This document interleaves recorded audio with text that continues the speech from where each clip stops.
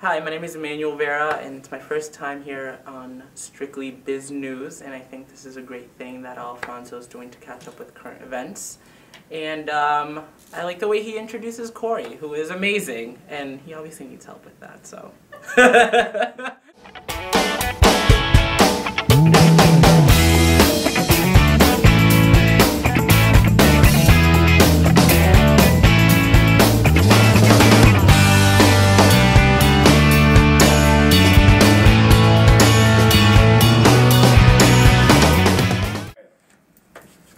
So welcome to Strictly Biz News. I am Alfonso Santinello. We still haven't had anyone submit a way to me to introduce you, Corey. A little disappointed with our viewers. I know. Thanks, guys. I was expecting something more. I must not be that fabulous. Well, the intros are boring, so it must be your boring. Yeah. Whatever. Just kidding. This is Corey. Emmanuel, thank you so much for coming on. First time guest. What's going on here? Sorry. So let's get back to why we're here. Well, it's freezing out, so I wore this gigantic Maybe scarf. that's why your finger is numb. No, it's Oh, back it's to life. It's back to life. Okay. So speaking of fingers, the Kardashian sisters. I don't know why. Horrible. So we're gonna go right.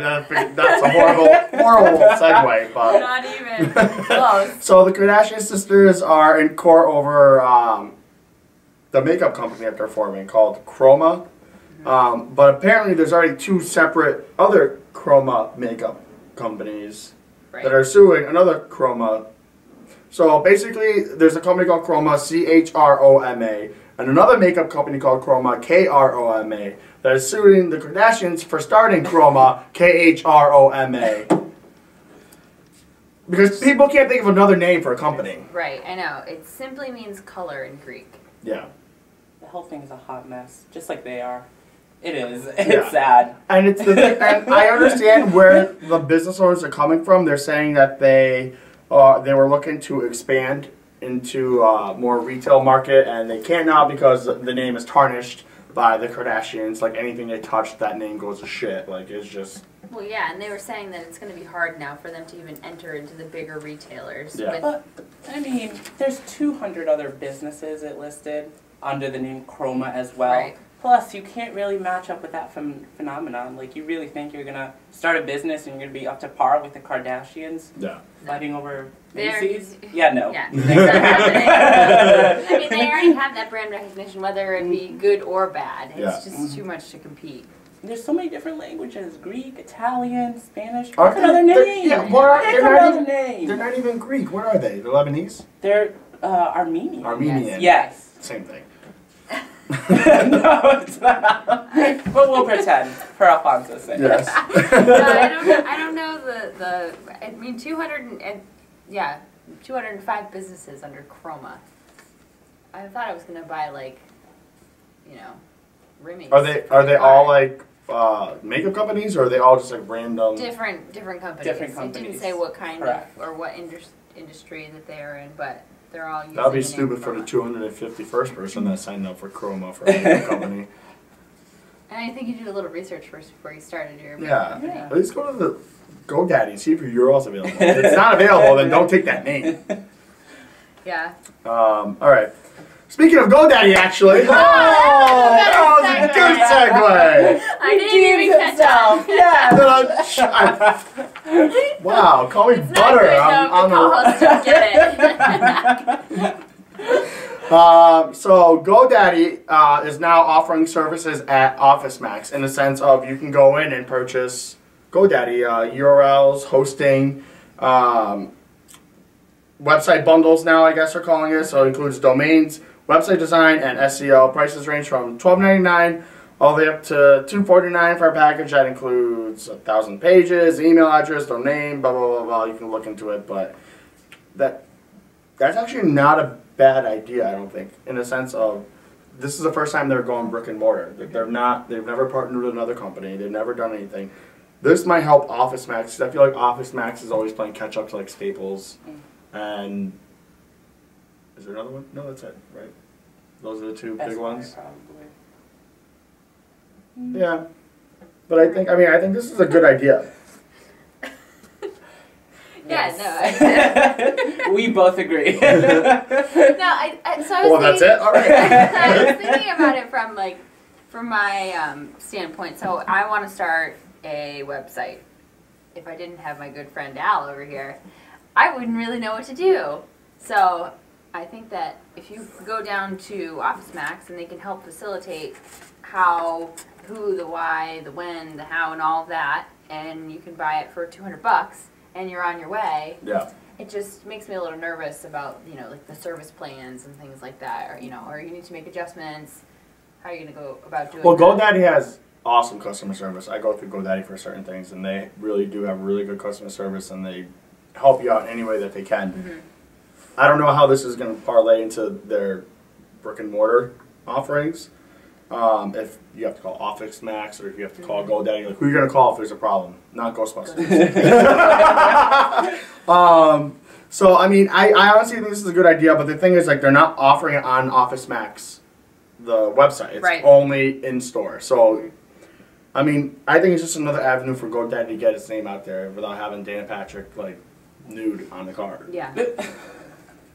Awesome. No, but I think it's definitely a good idea, and it also said like 90% of small businesses or don't even have a website. Yeah. First, like, come on, that should be your first avenue to go to. So this is huge to get that basic structure up, and then you can finagle the little things. Yeah. So I think this is great. Yeah, I think it's giving everybody a competitive advantage for Yes. GoDaddy, Office Max, and even those small businesses who are trying to compete with bigger stores.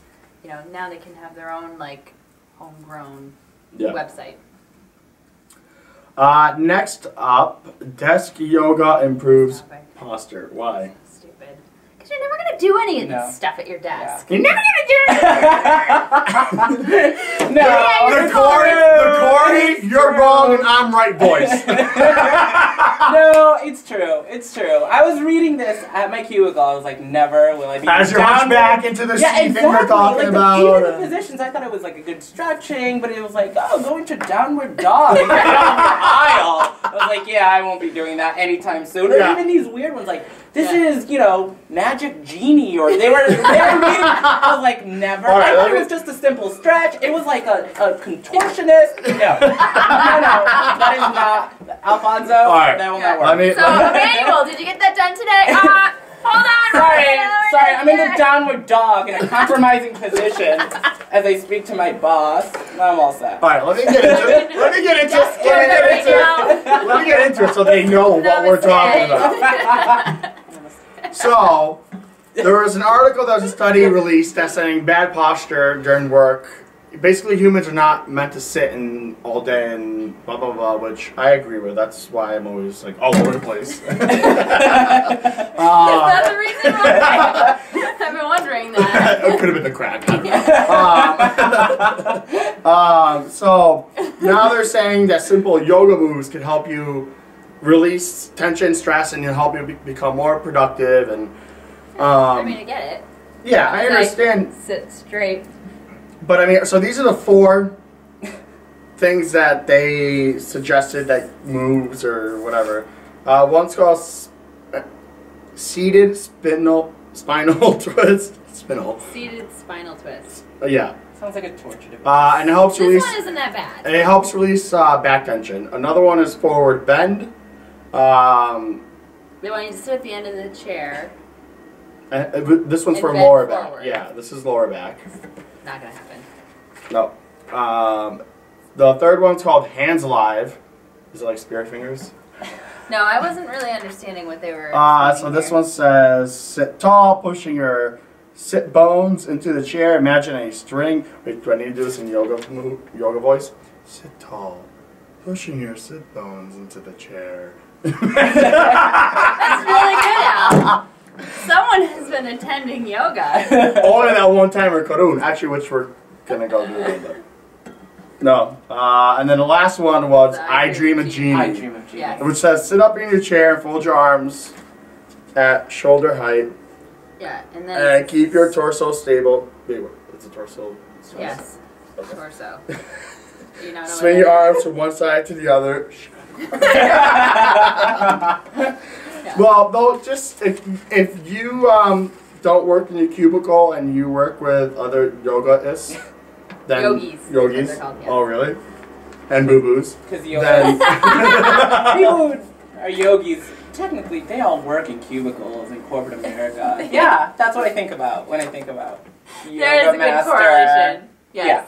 I agree that you should get up and out of your seat. But doing some of those moves, that's a disability claim just waiting to happen. Like, at your work. No. Just get up, stretch out, walk, Yeah. I mean, do your thing. grab a tequila. it's different, like, you know, if you own your own business and you have a couple of employees and they know your personality, but, I mean, you never know who's going to be walking down the hall in a large corporation. I really don't want to be in any of these positions. I mean, yes. If Barbie herself comes walking down the hall and saying, "Oh, we're not working with Lego because Corey is doing downward, upward spiral, backwards cat dog move." Yeah, that's a good one. All right, so let's end it on that. Yes, Lego does not speak of Barbie. Oh, sorry. We have Lego. They're on Team Ken. We have So lastly, the Small Business Administration is getting into startups. So they're launching a venture capital kind of thing where they're going to start getting startups, help fund high growth companies through licensed investment companies. So they announced it in the launch of the Early Stage Innovation Funds Initiative. So it's an offshoot of its Small Business Investment Company, which they already have, but they which licenses. The program is going to have 50 years to support $3 billion of investment. So, I mean, they are willing to throw money, which I am willing to take.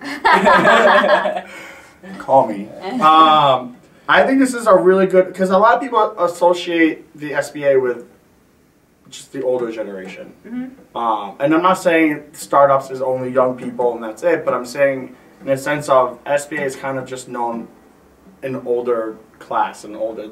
The startups don't think of SBA. That's not the first thing they think of. So generation now, startup companies think of more of what, like venture capitalists? Venture instead of the capitalists, SBA? yeah, exactly. So now they're getting into it now where they're going to start funding. And I think this is a really good idea. At least it's kind of keeping them up to date with what's going on. Yeah, I think they're tapping into, they're getting back to their niche. You know, I mean, they've probably lost touch with a lot of, you know, startup businesses, and I think this is a good way to market themselves again. Yeah. But that's a whole lot of money. Well, I mean, all right, so we got realistically the term startup, when was it introduced? Maybe when, like, tech stuff came around? Right. Before, when people owned their own business, they were business owners. Or very few actually used the word entrepreneur. I feel like people are just now using these words more specifically. Like, startups was not a word used 10 years ago at all. Right. So I think they are just more in the sense of kind of capitalizing on those kind of pretty much Words. exactly. You're doing the same thing that they're doing instead of saying, "Oh, we're going to help benefit entrepreneurs. We're going to help benefit startups," but it's the same thing. Mm-hmm. But weren't they changing the way they do business in terms of funding, like seed capital, and it was talking about things like that? So I think that's huge in the way that not only are you diversifying the way you do business, but you're actually changing economic models maybe, or business models, let's say, business models to the benefit of this new generation, because you have to keep up, because you're just going to fall behind. That's never, ever a good thing. No. So that's what caught my eye about this article, that they're actually changing business models and the way they lend out money. That's huge. Well, Great. the business model has changed.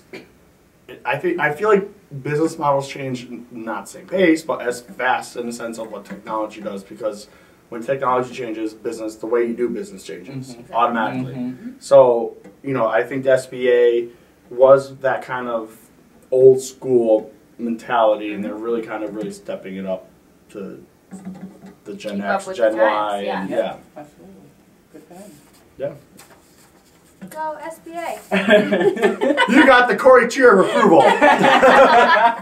Should we start doing that now? No. All right, Emmanuel, thank you so much for coming on. Oh, my pleasure. And we are finally bringing back For Real. Whoa, for real. For reals. For Reals. And apparently by Corey's third grade penmanship, this is the For Real segment. Welcome. Yep. Yeah, we're bringing it back, Al. I mean, why not? Yeah, so I guess with this segment of For Real, we're going to talk about how McDonald's is paying McDonald's, plural. There's not one McDonald's. That they are now paying a $700,000 claim to false advertisement because of basically this guy named Ahmed, who is Muslim, went and ordered a chicken sandwich because he thought it was prepared according to his Islamic dietary law. McDonald's falsely advertised saying that their chicken was halal, I believe is how you say it. Is it halal? So it's halal. Halal. Whatever. Halal. For real? For real. Yeah. So Is this chicken sandwich for real? is McDonald's for real? Is the question. I like to think so. On 2:00 a.m. Just the fries. You know, go to Taco Bell, then go to McDonald's with the fries. No, see, I don't like Taco Bell because I don't think that's for real. But anyway, I so just like what is it like kosher for Jewish people? Yeah, Muslims have. they can't eat pork, or the way the pork is prepared, the way it's certain foods need to be like. And excuse me if I'm not saying this wrong. Islam forbids consumption of pork, and God's name must be invoked before the animal before an animal providing meat for consumption is slaughtered. For real. Yes. So basically, they won the lawsuit, and the lawsuit covers anyone who bought halal advertising products from the Ford Road restaurant in Dearborn McDonald's in, is it Michigan? Yes. Why are there a lot of Muslims in Michigan? I don't know. So the Detroit area is home to about 150,000 Muslims. So McDonald's, there's 2 McDonald's locations that serve this, I want to just call it kosher meat, but it's this halal, All right, reach so their demographic and their type of people that are visiting their McDonald's. So McDonald's was advertising this, but there are strict guidelines that McDonald's must meet to meat with their meat. For real. in order to sell these products. Well, the biggest thing I got out of this story, and this is a big, like, are you effing for real kind of thing. So they won $700,000 with this claim. Yes. This is what they're paying out with $750,000. $275,000 is going to the Huda Clinic. Right. $150,000 to a museum. $230,000 to the attorneys, and poor Ahmed gets only $20,000. You know what though? See, at first I thought this was just ridiculous. Like, you have nothing else to do with your time except research if McDonald's is doing the right thing. Kudos for him because he actually went up against a big player like McDonald's, fought this lawsuit, actually won, and he walks away with probably a free chicken sandwich for life and 20 grand in his pocket. Halal approved. For real. So good for him. I mean, but the attorneys get $230,000. Which is insane.